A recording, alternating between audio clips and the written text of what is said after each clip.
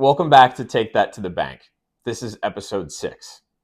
Alan Earls is the co-author of Boston Made, a history of 50 innovations that came out of the greater Boston area and changed the world.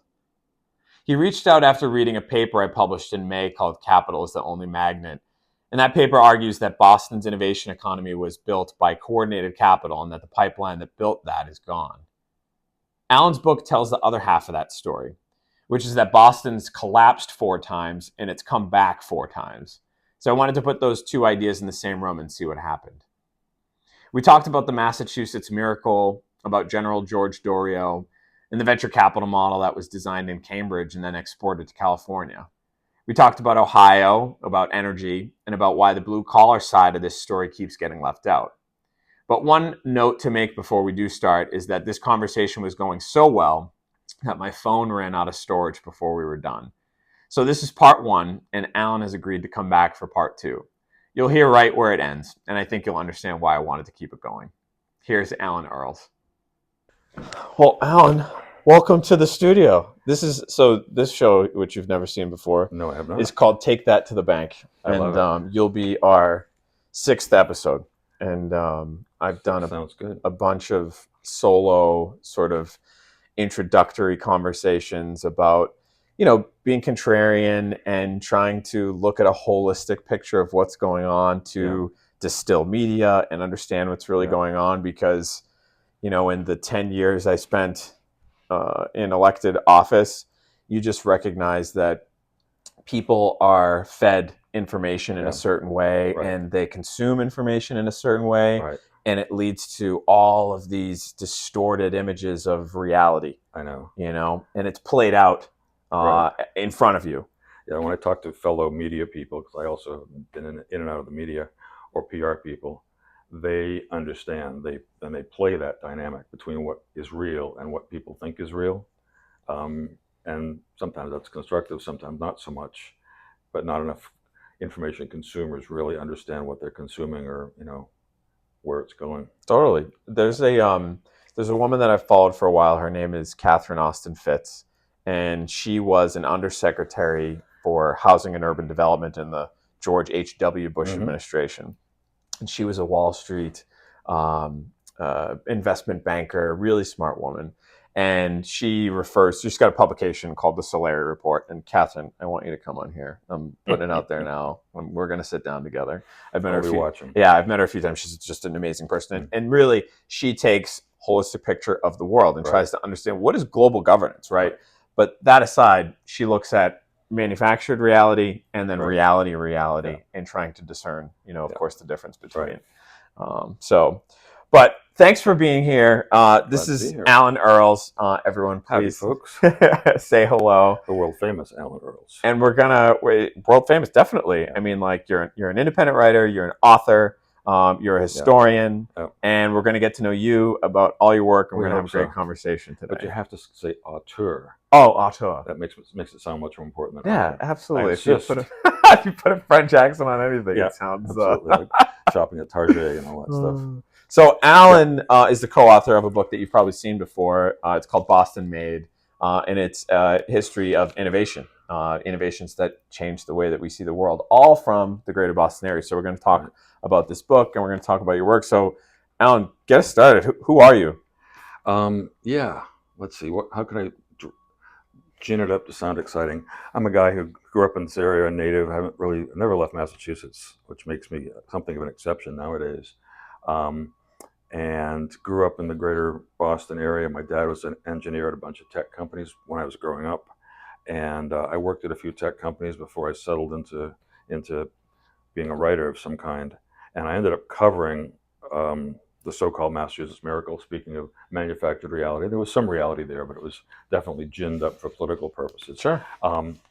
Anyway, I got really curious when I started covering the tech scene during the mass miracle era about the history of it. And the more I looked and the further back I went, the more it became apparent that this wasn't just a one-off. This wasn't just these 5 or 10 years.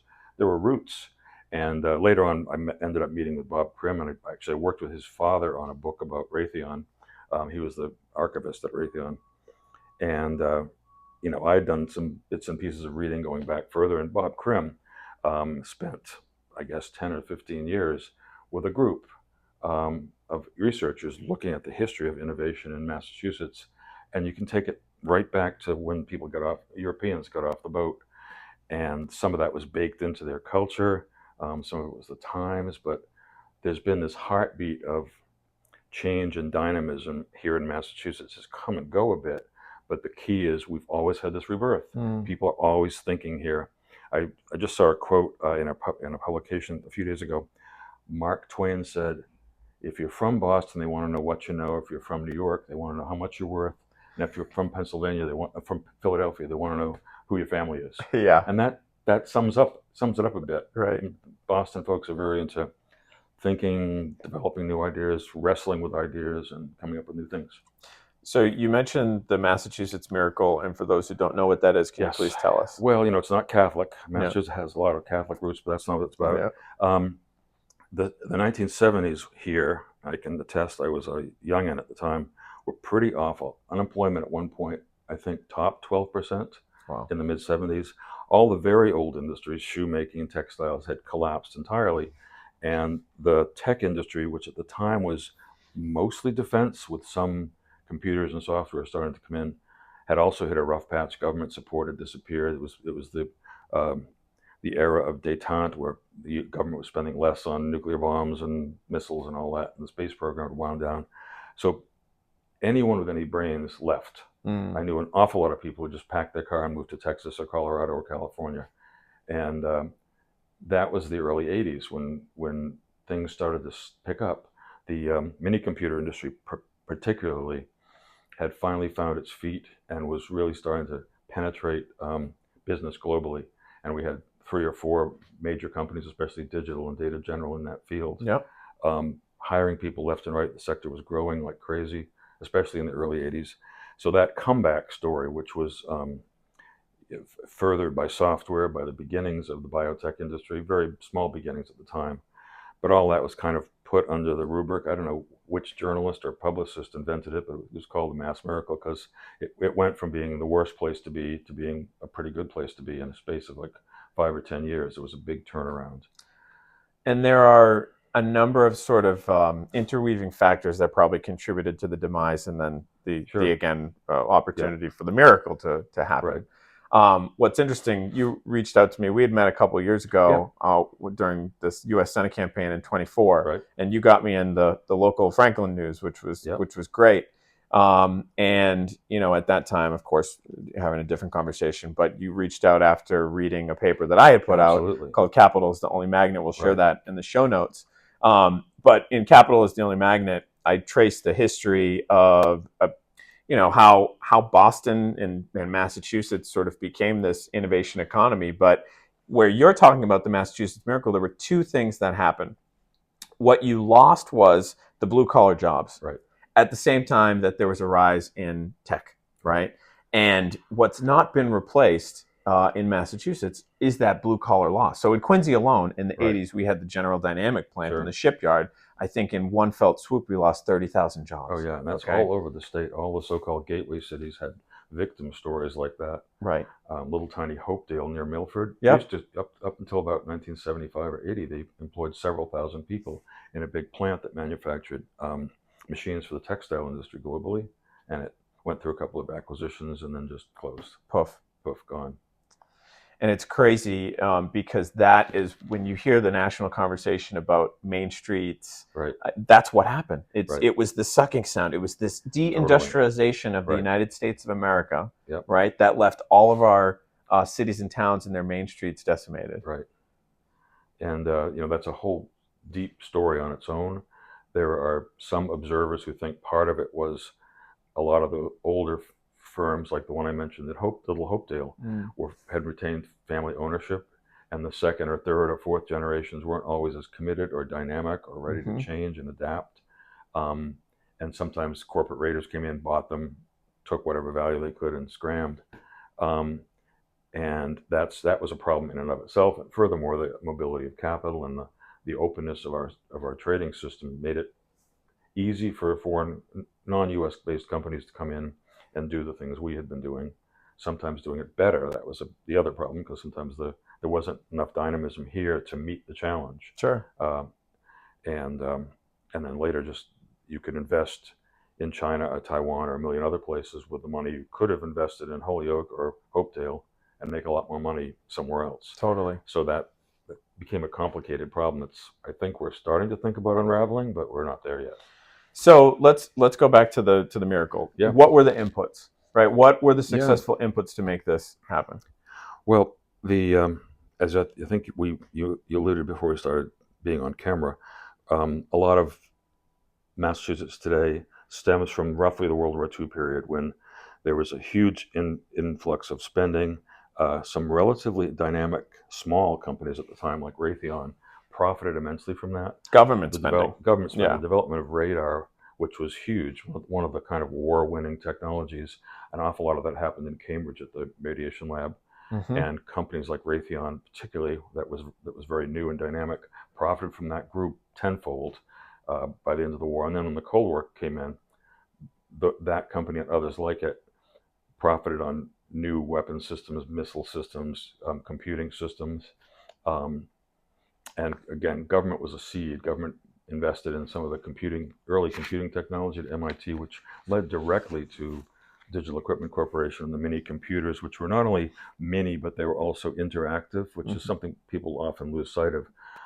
Nowadays, we're very accustomed to interacting with our desktop system. You press a button, something happens. You can talk to it in essence, even if it's not actually a voice communication.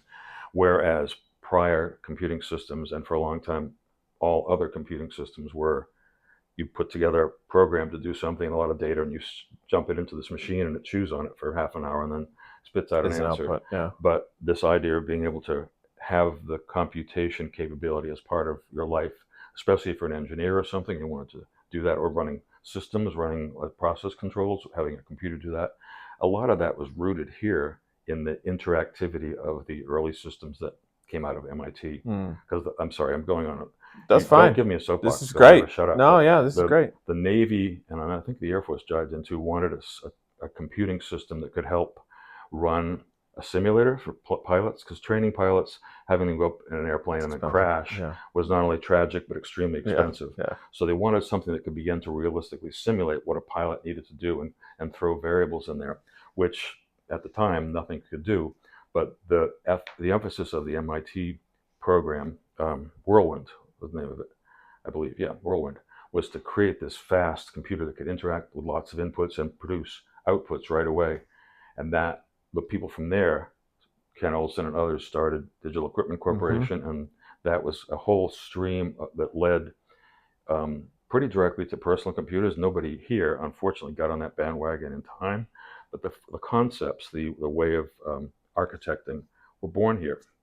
Well, do I sound like enough of a chauvinist? No. So this is again the connection between the paper and your history, is that DEC, Digital Equipment, was invested in by General George Doriot, who came out of MIT, who worked with MIT, but came out of HBS, and essentially created the model for what we know as venture capitalism. But his team recognized that there were better economics to be had and went out to the West Coast and started their own venture capital models that they could profit from, more greatly. And Doriot was almost a 19th century figure in some ways. He was a moral capitalist. He believed what you created needed to have social value. He wasn't Mr. Progressive. Yeah, but he thought a different kind. In some large sense, it should solve a problem and create wealth and probably be moral in some vague way. He wasn't a religious man, but he came from a kind of Calvinist tradition. So he and to jump to 1980s, I think that company, which went through some acquisitions and so on, and some of the other Boston venture capitalists stayed kind of low and slow and not so interested in quick profits and making a $1 billion company tomorrow. They had this do good, let's make something that changes the world thing, or at least let's not risk our capital too much. It's just it's a less of an appetite for risk. Exactly, that's what it boils down to. But these are some of the problems that are happening today. Absolutely. That we're seeing is that the early money is not in Boston. It's not deployed in Boston. It's deployed in San Francisco. It's deployed in Austin, in other cities. And so we're losing out on these big growth opportunities, you know. And so the interesting, I don't know if you read Spencer Ante's book about General George Doriot. I did a while back. Yeah, great I story. was Just because I wanted but to it write the book, but he got there first. Oh, you did? Well, I had that. I actually talked to George Doriot once, but he was very ill, and Oh. I said, I'm not going to bother this poor guy. Well, But- from reading that book, he seemed like a delightful person. He's just the type of person that, the type of coordination of capital and political alignment Right. that Massachusetts needs Yes, right now right. to improve economic development Sure. and growth outcomes Yep. is a person like him. Yeah, right. Who wasn't hard to he find. wasn't necessarily in it for himself. He just knew how to use the levers and Right. to pull these disparate groups Right. together to make the outcomes happen. Yep. Which is great. So, all right, so we're in the Massachusetts Miracle, We are. and we've got It's a great ride. yeah, it's a Put great down the ride. top. Things are going well. So that means that at that time, were there particular groups or individuals that had an outsized influence on that activity? Well, you mentioned some of the venture capitalists; they were important, but there was kind of a lot of momentum just on this minicomputer group. We Yeah. kind of put our eggs in that one basket. Mm-hmm. They were doing great, making money hand over fist. Why not? The subtext, the whole Massachusetts Miracle, is antitrust. We lived in this never land created by antitrust suits against IBM. Mm-hmm. They didn't dare create a minicomputer because that would make them look like more of a monopoly. And when the suit was finally dropped, within 2 years, they came out with a highly competitive product that really put the pressure on digital. And then, of course, in the meantime, they invented, systems on a chip. Well, not systems, but CPUs on a chip. And the Intel world began to invade the bottom of the market. And between those two things, I know I'm jumping ahead in the story, Sure. but all of a sudden, this magical world of making money hand over fist got smaller and smaller and smaller. And the companies, all of them, had a lot of trouble adapting. Wang went kind of bust early on. Data General was a little more adaptive, and digital kind of almost failed. Things got sold and resold and shrunken. All of them had good tech, but and some of it persisted in later iterations, but they just got crushed between the bottom of the market and the top of the market coming to get them. Squeezed. Yeah. Yeah. And these companies are legacy companies that only a particular age group would now be familiar with. So young people. Are you talking about me? No, I'm there. My dad was in computer resale, and so he worked with the DEX, and he worked with a lot of government agencies doing government contracts. But from that side, from this sort of sub level, and my father was a 8A certified small business, which was for minority owned businesses. All of that money you saw wash away in the advent of like the 2000s Bush administration. Right. You saw that start to go away. Yeah. So it all connects. That's the thing. This is much more. All of this is a much broader and deeper systemic problem than it is. Right. And I think even coming to a time like we're in today, as an organization, Cubic Labs, the organization I run, which supports startups, and we sit in the middle of private capital, public capital, and just different types of organizations trying to coordinate positive economic development and growth outcomes. You're seeing capital slow.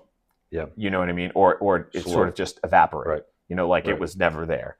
And so I think we're coming to a place where Massachusetts in particular is going to need another miracle. I agree. Yeah. I totally agree. We've been resting on our laurels. I mean, fat, dumb, and happy. That's kind of how we were in the 80s. Everything looked great. Why worry? Same kind of thing. And I think we're already seeing the worry. A lot of the government spending obviously has changed with the Trump administration, but the competitive picture is also much more fearsome. I mean, people are coming at us from every direction. Was it your paper that talked about Ohio, I think? Ohio, yeah. And why not, really? Right. I mean, we have this bi-coastal blinders on that if it doesn't happen here in California, it's not happening. Hey, the world used to run on the center of the country with all those great industrial companies. They've got, essentially trained and ready workforce. They might not know biotech today, but give them a year and they'll be on top of it.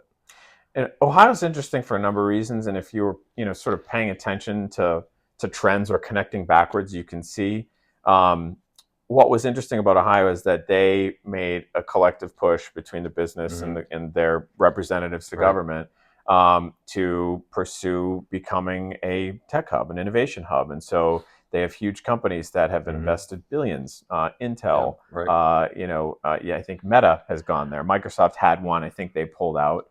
And then you just see in Ohio, is it NVIDIA that's doing a huge, I think it's $250 billion worth of power generation investment. Wow.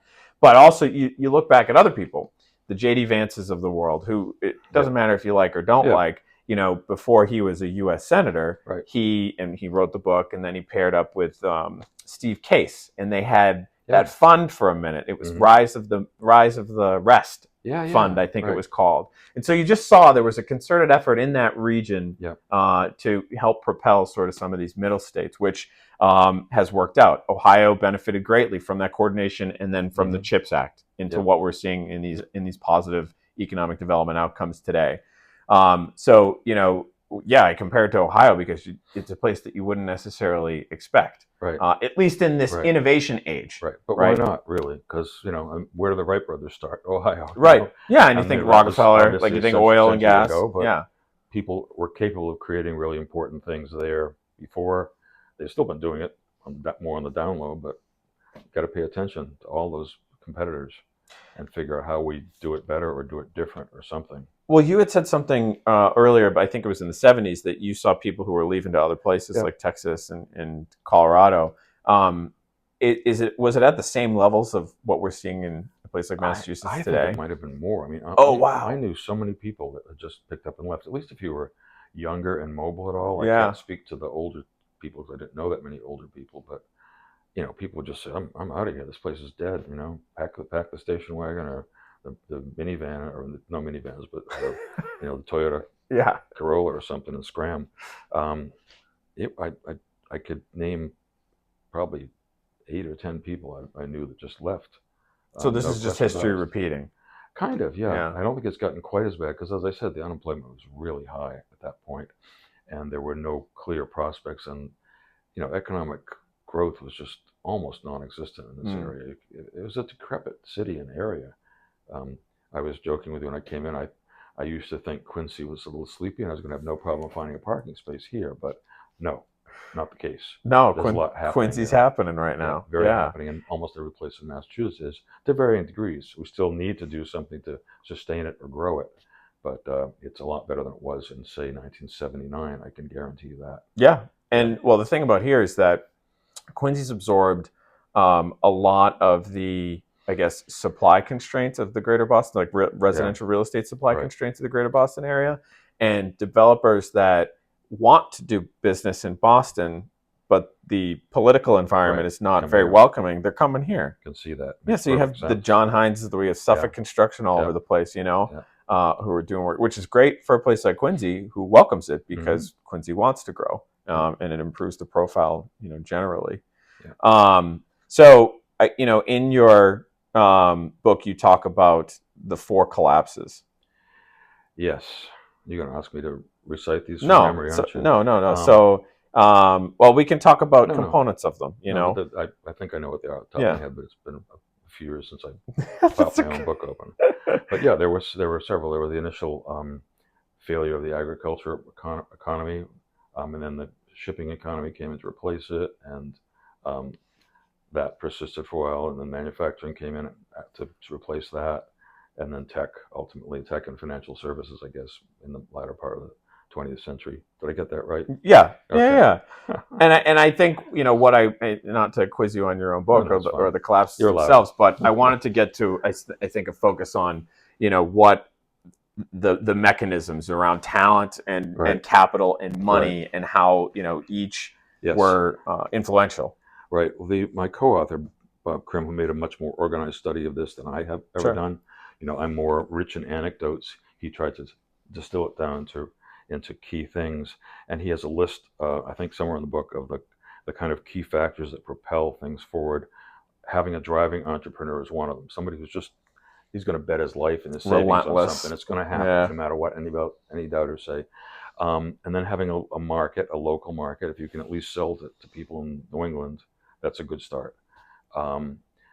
But the local capital is a big plus, and the region has often had that through family networks. I mean, if you go way back, the frugal Yankees that built the place 300 years ago, they held on to their money, invested it carefully, and were ready to invest in other things. They thought in those terms right from the get-go. So that's how some of the early banks, early manufacturing firms started. I mean, the maritime industries were essentially that on a small scale. You'd invest in a particular ship and cargo, and if you were lucky, you'd make a lot of money. Sometimes it didn't work out. So that's in essence the kind of pattern you see right up to the present. Tech companies from the 70s, the founder with lots of money will invest in some new guy that looks like, or gal, and say, this looks like a promising thing, let's do it. To the extent that that's robust and fertile and functioning, we succeed or not succeed, I think. And we've probably had some hiccups in that regard. And that's where public policy, organizations of people in the private sector to promote things more and to bring together a consensus about something, and government. You and I, at least I'm not a huge fan of government intervening too much, but sometimes government can give a little push or do something that maybe wouldn't convene on its own. And again, I always want to look carefully at that, because it's so easy to do as Mike Dukakis did during the Mass Miracle, sprinkle some things here and there and take credit for the whole thing, and maybe not actually even help sometimes. But he's a politician. Politicians got to do what they got to do. I know you're a politician sometimes too. So no, I'm retired. That guy's dead. So, but what I wanted to bring it to is that I'm sorry, and I'm talking too much. You can tell me to be quiet, like on one of the you're great. talk shows You're great. on TV. It's okay. What you're making me think of is, and I'm glad you said, you don't prefer government intervention, which I would tend to agree, but I'm hard pressed to find any area of the economy that the government doesn't actually touch. Okay, I view this economy is entirely, in fact, I would call it state capitalism. Yeah, right. There's a lot of that. This is not capitalism in a pure form by any stretch of the imagination, and everything that we've talked about, the success of semiconductors and the mini computers, that's all because of government spending. A lot of it, right? Eventually, and you talk about Raytheon, defense. So this is all government. Defense was a huge chunk. We had way more than our share of defense dollars for decades. We still do, I think. Right. Not as much, but even you had. I saw you. I watched one of your interviews last night with Bobby Carlton from Mass Innovation Nights, which was from 5 years ago, apparently, and that was during COVID. Right. And even those big pharma companies, what a boon for them during COVID. Right. Oh yeah. You know what I mean? Those are the good times. Billions and billions of dollars, just direct funnel from the government. Right. So I think there's a healthy mix. I think there needs to be, based on prior models of success, that federal money is huge. Yeah. And what you're seeing in Massachusetts in particular is an antagonistic Democratic slate of representatives it's really foolhardy. that have taken a position of, I won't play with the other team. Right. I'm taking my ball and going home, which ends up putting our economy totally in a detrimental position. I'm sorry to agree with you, but and I get it. Like now, in talking about the political lens, that's the game. Is that you now have people who want to be entertained, or they want to be comforted by the fact that their representative won't engage with the other team, even if it goes against their better livelihood. Right. And coming from where I am politically, I do respect that, because I don't like the notion that politics must always be about benefiting me or my group. Sure. But on the other hand, having total blinders on about that is crazy. Yeah. That's going too far the other extreme, in my opinion. You need to have a reasonable balance. Right. And not just think about yourself, but your neighbor who might be losing a job because you're so, absolutist in your views. Yeah. This is like the reality versus reality thing again. You just don't get the full picture to make a keen assessment, and people are operating from a very base emotional level. Agreed. And maybe a sense that we are the world, we are the rulers, we have all the answers, and people have to come to us. Well, don't necessarily count on that. I don't. Really. But so I guess as we think about, we've got all these wonderful innovations that you highlighted in your book. How do we reinvigorate that spirit? I like Right. that you highlighted also about sort of the I guess down flow of capital that would perpetuate from successful entrepreneurs at the Yeah. top. Right. I have a conversation with a friend of mine all the time because I'm like, what are we doing? He's like, you need a big company like HubSpot is or was, Yeah. and the sort of diaspora of the people within the either any sort of liquidity event that comes from Right. their Yeah. success to trickle down. That's a good question. I certainly don't have the answer. I mean, I think I'll go on a small tangent because I don't actually have the answer, but I want to just challenge one of the things that was in your paper, Sure. which I know Scott Kirshner at the Globe and many others have taken up, which is this notion that New England is hobbled, or Massachusetts is hobbled by our the employee agreement, intellectual property agreements that Oh keep people yeah, from changing yeah, jobs yeah, or yeah. taking ideas Yep. with them. And yes, but a lot of that came out of Annalise Aksenian's 1992 book, Silicon Valley versus 128 or something, which was a very narrow and very unfair look at the success of Sil Valley at that time versus the imminent failure of things here, which was propelled especially by technology and by some of the larger business forces I mentioned earlier, IBM no longer having to be on a leash. Yeah. But those companies were building long-term complex technologies and having control as much as possible of their team and where they were going was pretty important to their success. Now we're in a world where there are many innovations happening, but a lot of them are still based on this revolutionary commoditization of chip technology and a bunch of other basic technologies you don't have to invent anymore. And you can do a lot of things on a higher level where dynamism and movement, maybe that's a really good thing, but there have been times when having people leave your organization to start a new company every 5 minutes would have been catastrophic for a lot of companies, maybe for a region, I think. So I just inject that note of caution. Everybody likes the idea of personal freedom and people should be allowed to do whatever they want. And I kind of like it too, but there were reasons why that made a lot of sense and maybe even helped this area grow at one time. Maybe those conditions will never come back, but I Yeah. just taking a longer view as we were talking about, and not jumping to conclusions. I would just add that small caution to people that want to change public policy in that area. Yeah. Listen, I appreciate the pushback, and I think it depends on the seat you're sitting in. Yeah, of course, That's absolutely. it. Because if And, you're, and I don't have absolute views about it. I just think there are two sides to it. I yeah, guess is my point. yeah, Right. because it either is enabling or stifling. Right. Like Right. however And you as you look say, at it it. depends where you're sitting. It depends on where you're Enabling or sitting. stifling. Yeah, yeah, Yeah. yeah. No, I appreciate that perspective. So the other side, I think too. We talked about the squeezing out, and we're talking about innovation in a very it's not narrow, but I Mhm. think innovation can be much more Yes, broad, and it absolutely. doesn't. Most of the time, we're talking about like high tech. Right, but not always. And we have talked about, like the thousands of jobs that have been lost in the industrial and manufacturing Right. sector over decades. What are the type of innovations that we can, Right. work through, or what can we stimulate for what would be the Right. blue collar class? Well, it's really funny because one of the things that killed blue collar jobs was our high energy costs. Yeah. Oh yeah. Going way Oh, back. yeah. And a lot of people said, well, that's okay. High tech doesn't need as much energy. And now everyone's saying, data centers get lost.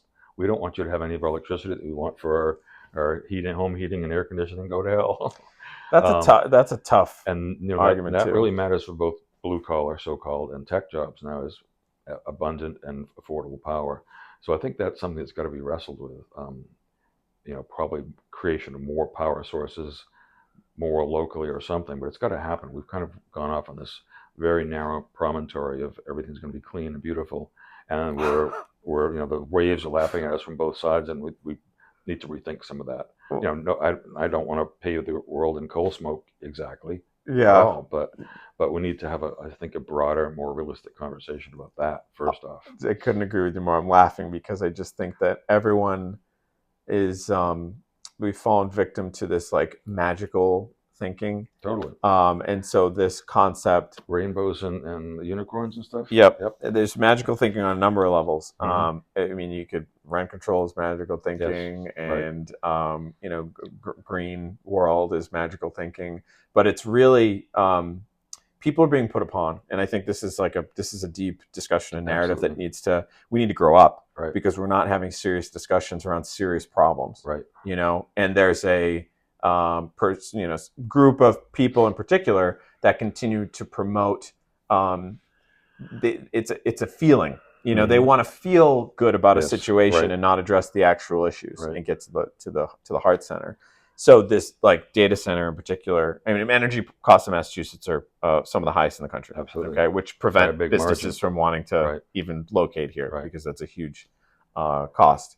But around the data center, people seem to disconnect the fact that there was a whole industry created called cloud. Right. And cloud is not It's just not magic. floating, It exists. vapor in the sky. Yep. Cloud is data center, and it powers all of the systems that you operate on a daily Right. basis. That you do commerce on, you Yeah. do your work on. Whether it's Microsoft, Amazon, or anybody, it's no different. So the fact that this has become a political football, is good for politics, I guess, Right. for those people who need attention, but it's not good for Right. economic reasons. Can I go off on a tangent again? Please. You got to shut me down here. You're gonna No, be sorry I don't. invited That's me why I on. have you here. Come on. Nobody wants to hear me. Maybe I'm showing my prejudices, but I also feel, having observed for a long time, that there's a little bit of a sclerosis in Massachusetts, going back to our founding, where certain classes of people, and if you want to abbreviate it as the Harvard types, which is not really fair, but people with education, capital, depth of connection, often wealth, have probably had an outsized influence on how things operate. I mean, I can think I wrote a book I helped a gentleman write a book about the history of Leahy Clinic up in Burlington, which was kind of an upstart medical organization, and he was a University of Pittsburgh medical graduate. He was president of that hospital for years. And he used to complain about the kind of arrogance he would get from people in the medical establishment here who are all Harvard. And if you didn't have a Harvard medical degree, you kind of weren't really a person. Got it. They kind of looked at you like, why aren't you serving the table instead of sitting with me? I exaggerate. But that, I think, in political terms, there's kind of this, we want to create that green perfection, that nice world where everything looks great, sounds great. Utopia, but is it if you great? will. A utopia. Yeah. But is it really great? Yeah. Are you just kind of closing your eyes to the folks in Lawrence who really want a job that pays more than minimum wage, and maybe a different kind of job than you think is what we should all be doing?